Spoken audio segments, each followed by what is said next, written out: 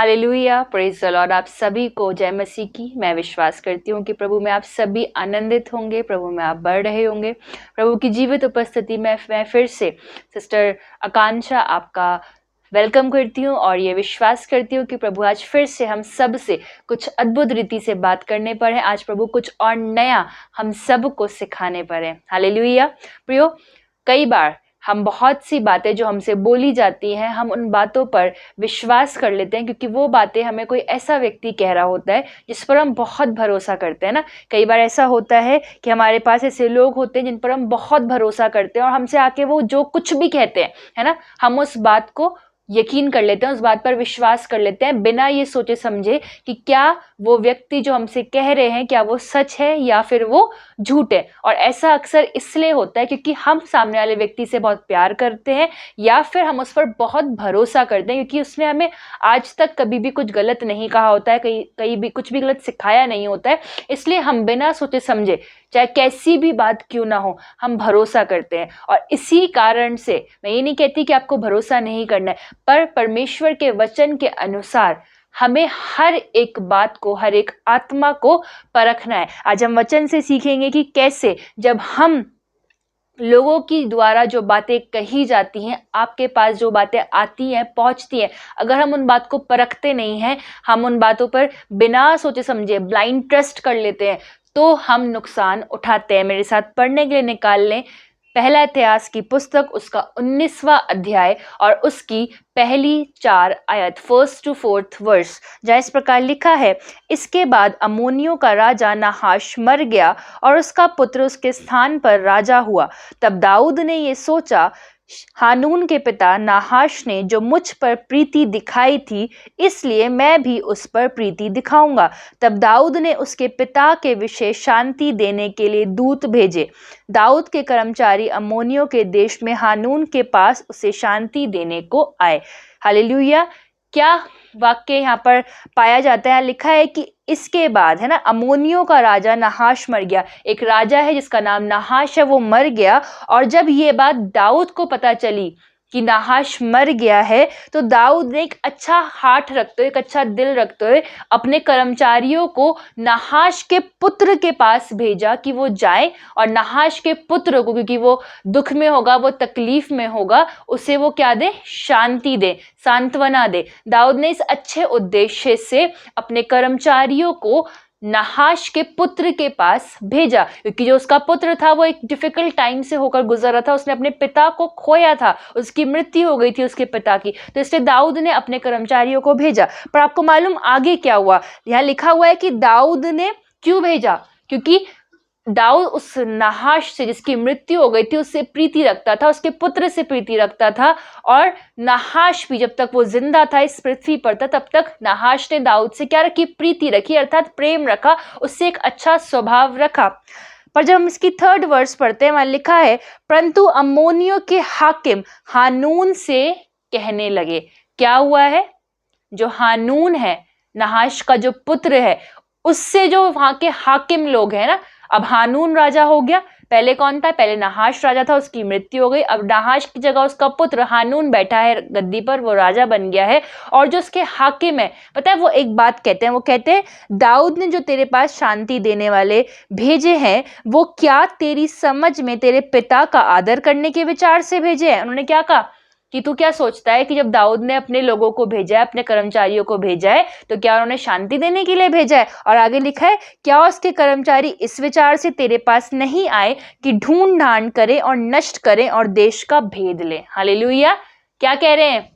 जो हानून के कर्मचारी हैं, वो क्या कर रहे हैं? वो दाऊद के कर्मचारियों के खिलाफ और दाऊद के खिलाफ अपने राजा को, यानी कि हानून को भड़का रहे हैं, है ना, जबकि ऐसा कुछ नहीं है। दाऊद ने क्यों भेज दिया? दाऊद ने अच्छे मन से अपने कर्मचारियों को हानून के पास भेजा है। पर जो हानून के हाकिम है ना, अर्थात वो लोग जो दिन रात हाकिम जो लोग होते हैं वो राजा के सम्मुख रहते हैं, राजा से प्रीति रखते हैं और राजा के क्लोज होते हैं, वो ही क्लोज लोग हानून से क्या कह रहे हैं कि तू क्या सोच रहा है, क्या सचमुच उसने अच्छे मन से, दाऊद ने क्या सचमुच अच्छे मन से तेरे पास तुझे सांत्वना देने भेजा है? कहीं ऐसा तो नहीं कि दाऊद ने इस देश का भेद लेने के लिए, ढूंढ ढांड करने के लिए इन कर्मचारियों को भेजा है? और आगे लिखा है, इसलिए हानून ने दाऊद के कर्मचारियों को पकड़ा और उनके बाल मुड़वाए और आधे वस्त्र अर्थात नितंब तक कटवाकर उनको जाने दिया। हालेलुया। क्या हुआ?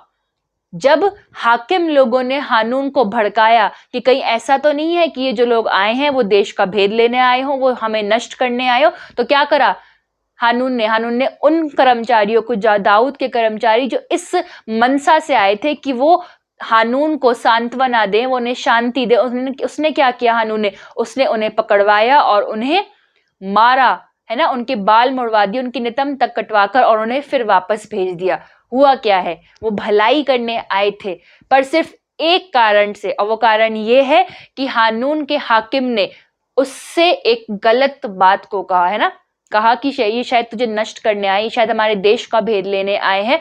और हानून ने भी उस बात पर यकीन किया, बिना सोचे समझे, बिना बात को परखे, और उसने एक रॉन्ग स्टेप ले लिया। उसने क्या किया? उसने दाऊद के कर्मचारियों को पकड़वा कर उन्हें मुंडवा दिया, उनको मारा, उन्हें पीटा, जबकि बेचारे वो ये सब कुछ भी डिजर्व नहीं करते थे। वो एक अच्छी मनसा से आए थे, पर उनके साथ बुरा हुआ सिर्फ इसलिए क्योंकि जो राजा है, जो हानून है, उन्होंने क्या किया? उसने अपने हाकिमों पर ब्लाइंड ट्रस्ट किया। उन्होंने परखा नहीं बात को कि क्या ये जो कह रहे हैं वो सच है, क्या सचमुच ऐसा हो सकता है? और कई बार आप और मैं भी यही करते हैं, है ना। हम इतने भोले, इतने, मैं कहूँ अगर कई बार हो सकता है सुनने में बुरा लगे, पर हम इतनी बेवकूफ़ी भरी चीज़ें कर देते हैं। कई बार हम इतना बेवकूफ़ी भरी तरीके से अपने जीवन को जीते हैं कि हमसे कोई भी कुछ भी आकर कहता है किसी के भी विषय में, और हम उसे बड़े आसानी से मान लेते हैं। और इसी कारण आज बहुत से रिश्तों में मिसअंडरस्टैंडिंग्स है। आज बहुत सी जो लोग हैं, जो परिवार हैं, वो बिखरे हुए हैं, वो टूटे हुए हैं,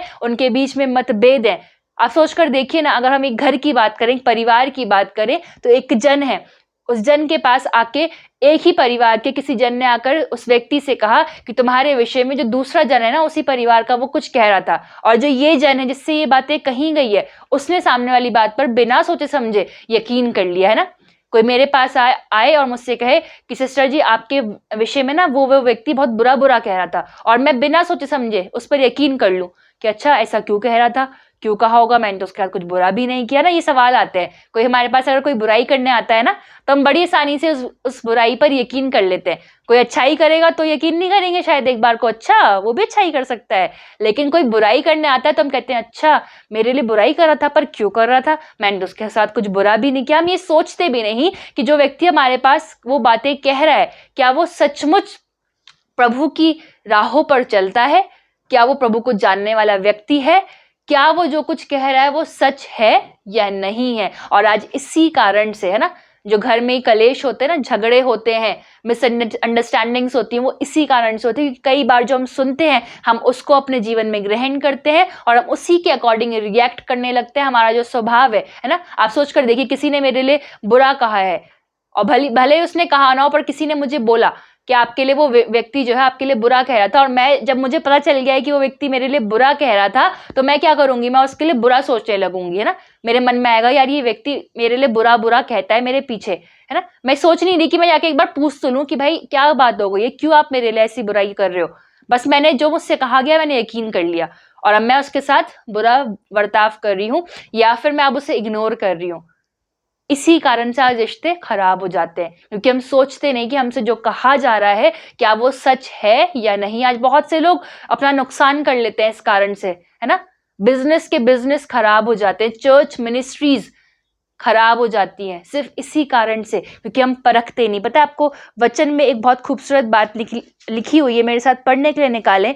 पहला यूहन्ना उसका 4 अध्याय और उसकी पहली आयत, वहां लिखा है, हे प्रियो हर एक आत्मा की प्रतीति ना करो। क्या लिखा है? कि हर एक आत्मा की प्रतीति ना करो, यानी कि जो कुछ भी आपसे जो भी जन कह रहा है ना, हर एक जो जन आपसे जो बात कह रहा है उस पर भरोसा ना करो। हर एक व्यक्ति पर आपको भरोसा नहीं करना है ना। हर एक व्यक्ति के पीछे जो आत्मा है ना, हम सब प्रभु के लोग हैं, है ना। हमारे ऊपर एक आत्मा रहता है, पवित्र आत्मा रहता है, पर कई बार जब हम सही नहीं चल रहे होते तो कई बार दुष्ट आत्मा का प्रभाव हमारे ऊपर आता है, कई बार हम रॉन्ग लीडिंग में चलने लगते हैं, कई बार हम किसी और आत्मा की डायरेक्शंस में चलने लगते हैं। इसलिए परमेश्वर का वचन कह रहा है कि हर एक आत्मा की प्रतीति ना करो, यानी कि हर एक जन पर विश्वास ना करो। और आगे कहता है वरन आत्माओं को परखो। क्या करना है? हमें परखना है, हमें देखना है कि जो व्यक्ति हमसे जो बात कह रहा है, क्या वो व्यक्ति प्रभु की ओर से है, क्या वो व्यक्ति वो है जो प्रभु के वचनों पर चलता है,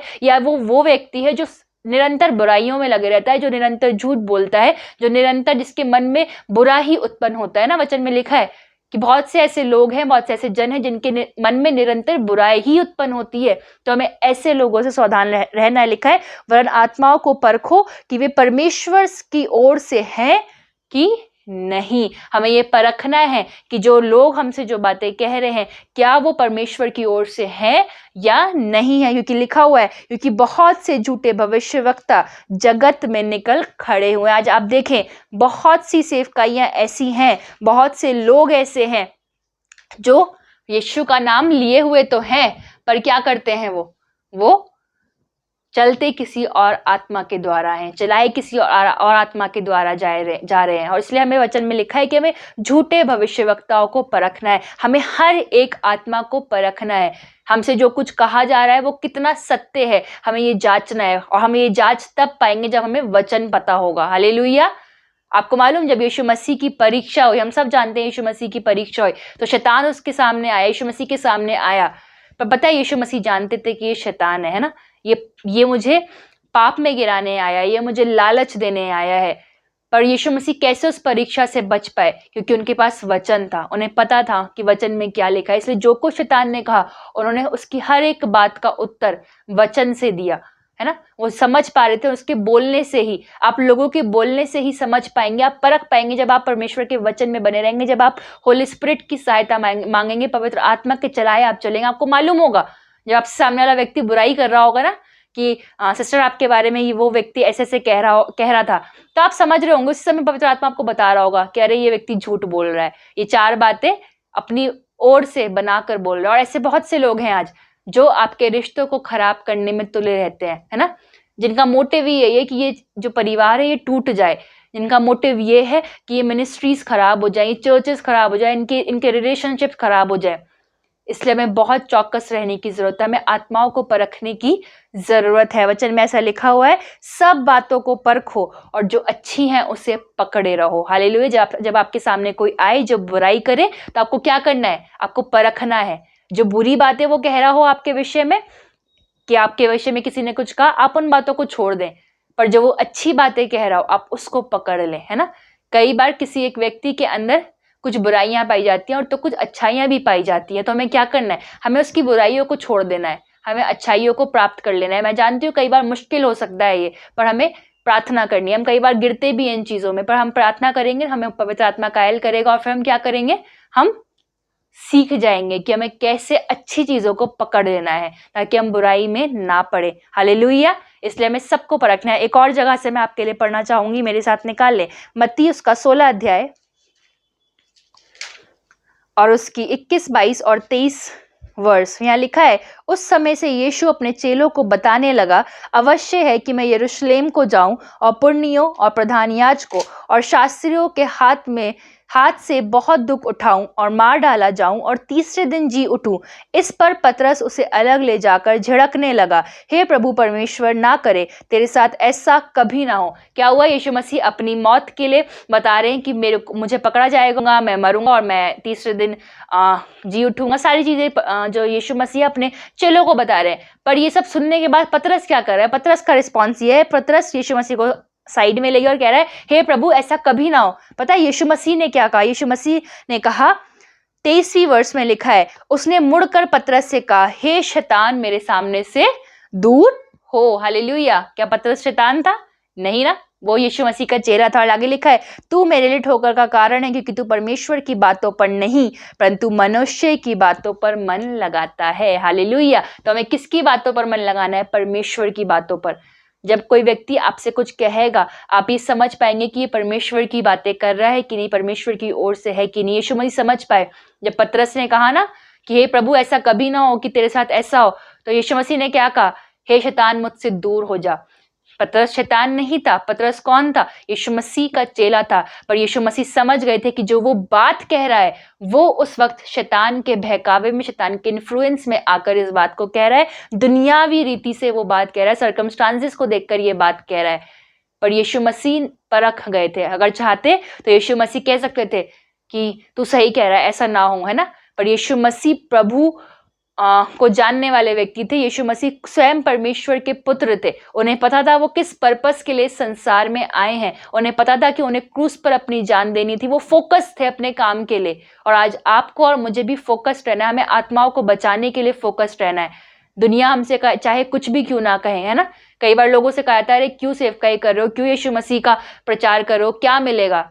पर आपको ये मालूम होना चाहिए कि जो लोग कह रहे हैं ये सब शैतान के भरवाने में ये सब बातें कह रहे हैं। ये शैतान के इन्फ्लुएंस में आए हुए लोग हैं जो आपकी सेवा को खराब करना चाहते हैं, जो आपके रिश्तों को खराब करना चाहते हैं। तो आपको भी यीशु मसीह की तरह बनना है ना। हमें नहाश की तरह नहीं बनना, जिसने अपने हाकिमों की बात सुनी और अब दाऊद के कर्मचारियों के साथ बुरा बर्ताव किया, बिना जांचे बिना परखे। पर हमें यीशु मसीह की तरह बनना है, जिसने परख लिया कि पतरस के पीछे जो सोर्स है वो शैतान है।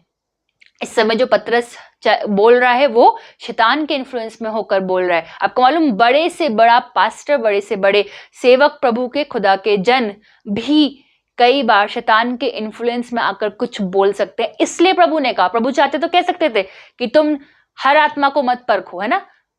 प्रभु के जनों को मत परखो, पास्टर्स को मत परखो, भविष्यवक्ताओं को मत परखो। पर प्रभु ने क्या कहा, हर आत्मा को परखो। हमें इतना सियाना होना है। वचन में एक और जगह लिखा है, जब हम मत्ती और उसका 10 अध्याय और उसकी 16वीं आयत पढ़ते हैं तो वहां लिखा हुआ है, देखो मैं तुम्हें भेड़ों के समान भेड़ियों के बीच में भेजता हूं, इसलिए सांपों के समान बुद्धिमान और कबूतरों के समान भोले बनो। हमें क्या करना है, सांपों के समान हमें क्या करना है, बुद्धिमान बनना है। और क्या लिखा है आगे, कबूतरों के समान भोले बनना है। यानी कि हमें भोला भी बनना है, हमें नम्र भी रहना है, सिंपल भी रहना है ना। हमें किसी का नुकसान नहीं करना है, पर हमें बुद्धिमानी से चलना है। अगर हम बुद्धिमानी से नहीं चलेंगे तो हम गिर जाएंगे। हमसे जो कुछ भी कहा जाएगा हम उस पर यकीन करेंगे और हम कहीं ना कहीं बुराई में फंसेंगे, पाप में फंसेंगे, है ना। आप सोचकर देखिए ना, आपके बारे में कोई, अगर आपको पता चलेगा कि आपके लिए कोई व्यक्ति बुराई कर रहा है तो आपका मन भी ईर्ष्या से भर जाएगा, क्रोध से भर जाएगा, है ना, गुस्से में आ जाएंगे आप।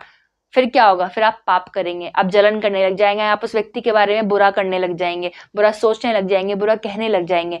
पर अगर आप जानने वाले जन होंगे, प्रभु के वचनों को जानने वाले, प्रभु की बातों पर मन लगाने वाले जन होंगे, तब आप हर बात को परखेंगे जो आपसे कही जा रही होगी और फिर आप सारी बातों को प्रभु के सामने रखेंगे और आपका जो बिहेवियर है फिर वो चेंज नहीं होगा। आप फिर भी अच्छा करेंगे, चाहे कितना भी बुरा लोग आपके लिए क्यों ना कर रहे हो, फिर भी आप अच्छा ही करेंगे, क्योंकि आप जानते होंगे कि मुझे परमेश्वर के द्वारा चलना है, मुझे वो करना है जो परमेश्वर की दृष्टि में ठीक है। दुनिया चाहे कैसा भी बर्ताव क्यों ना करे, दुनिया चाहे कितने भी गड्ढे क्यों ना खोदे, लेकिन मैं वो करूंगा या मैं वो करूंगी जो प्रभु कहते हैं। आप हर एक आत्मा को आज से परखना आरंभ करें। हर एक बात पर इतने भोले ना बन जाएं कि हर एक बात पर यकीन कर लें, है ना। समझें, परखें, बुद्धिमान बने, प्रभु से बुद्धि को मांगे कि प्रभु आप हमें बुद्धि दे, प्रभु आप हमें आत्मा की परख का वरदान दे, है ना। ये बहुत इंपॉर्टेंट है आज के युग में कि हमारे पास आत्मा का परख का वरदान हो, है ना। कई बार हम, जो भोले लोग होते हैं ना, उनके विषय में लिखा है कि जो मूर्ख होता है वो अपने दिल की बातें खोलकर सबके सामने रख देता है,